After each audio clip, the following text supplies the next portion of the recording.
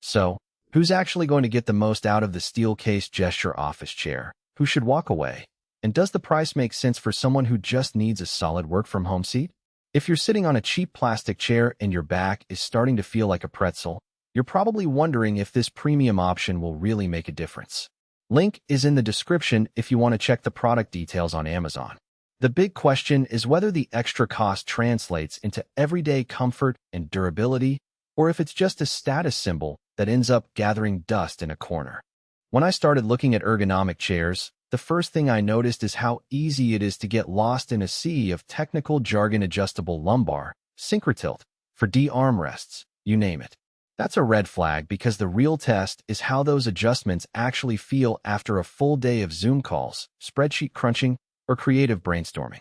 The gesture promises a synchronized seat and back that move together, which sounds great on paper, but the proof is in how it reacts when you shift weight, lean forward to type, or recline for a quick break.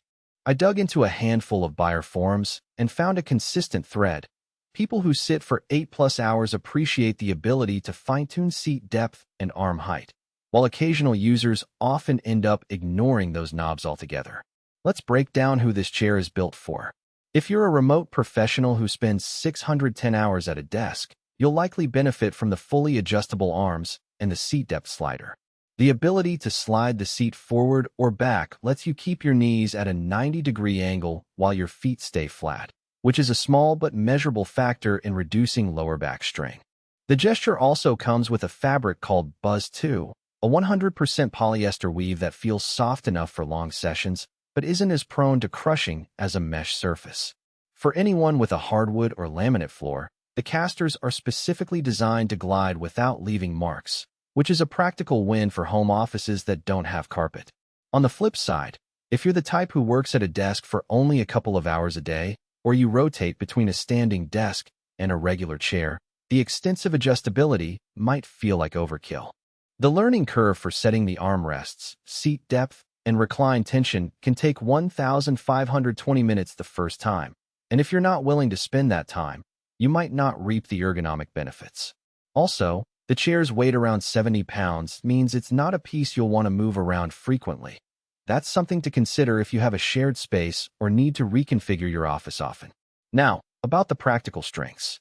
The biggest advantage I've seen in real-world usage is the gesture-based back support. The backrest actually follows the natural curve of your spine as you lean forward to type, then offers a gentle resistance when you sit back, which helps maintain a neutral posture without you having to think about it. In a typical day of back-to-back meetings, that kind of passive support can reduce the need for manual adjustments and keeps you from slouching. Another plus is the durability claim. Steelcase backs its chairs with a 12-year warranty, and the frame is a plated metallic construction that feels solid under weight. Users who have kept the same chair for several years report that the fabric doesn't pill or fade, even after daily exposure to sunlight near a window. The weaknesses are more subtle but worth noting.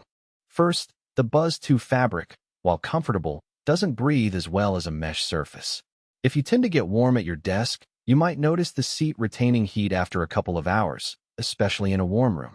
Second, the armrests, despite being fully adjustable in height, width, and pivot, have a firm rubber cushion that some reviewers describe as hard compared to plush leather alternatives.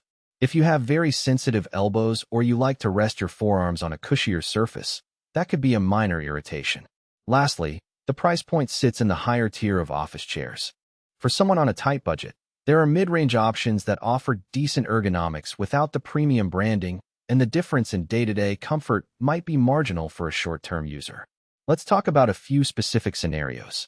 Imagine you're an architect who spends long hours drafting and needs to pivot between a drafting table and a computer. The seat depth adjustment lets you move the chair forward when you're at the table for better reach, then slide it back when you're at the monitor to keep your thighs supported. The armrests can be moved outward to give you extra elbow room for large drawing tools, then tucked in when you're typing. In a similar vein, a gamer who also streams might appreciate the recline tension that lets them lean back comfortably during breaks without having to stand up and stretch. Because the chair is designed for 24/7 use, the base,